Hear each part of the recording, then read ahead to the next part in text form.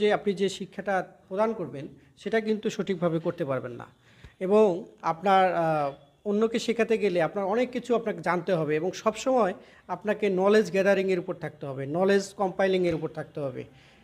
যদি আপনি নলেজ পিপাসু হন বা জ্ঞান পিপাসু হয়ে থাকেন তাহলে কিন্তু আপনি কিন্তু একজন ভালো শিক্ষক হয়ে উঠবেন এবং প্রকৃতপক্ষে আপনি জাতিকে এগিয়ে নিয়ে যেতে পারবেন। এরপর আপনার যে গুণাবলীটা থাকা দরকার সেটা হচ্ছে আপনার মধ্যে একটা প্রকৃত শিক্ষিত হওয়ার যে মনোভাব, সেই মনোভাবটা থাকতে হবে। অর্থাৎ আপনি শিক্ষিত হতে হবে, সত্যিকার অর্থে শিক্ষিত। সত্যিকার অর্থে যখন আপনি শিক্ষিত হবেন তখন আপনার দ্বারা কিন্তু একটি জাতি, একটি ছাত্র সমাজ বা যাদেরকে আপনি পড়াবেন তারা কিন্তু জানবে আপনার কাছ থেকে, আপনার কাছে অনেক কিছু শিখতে পারবে।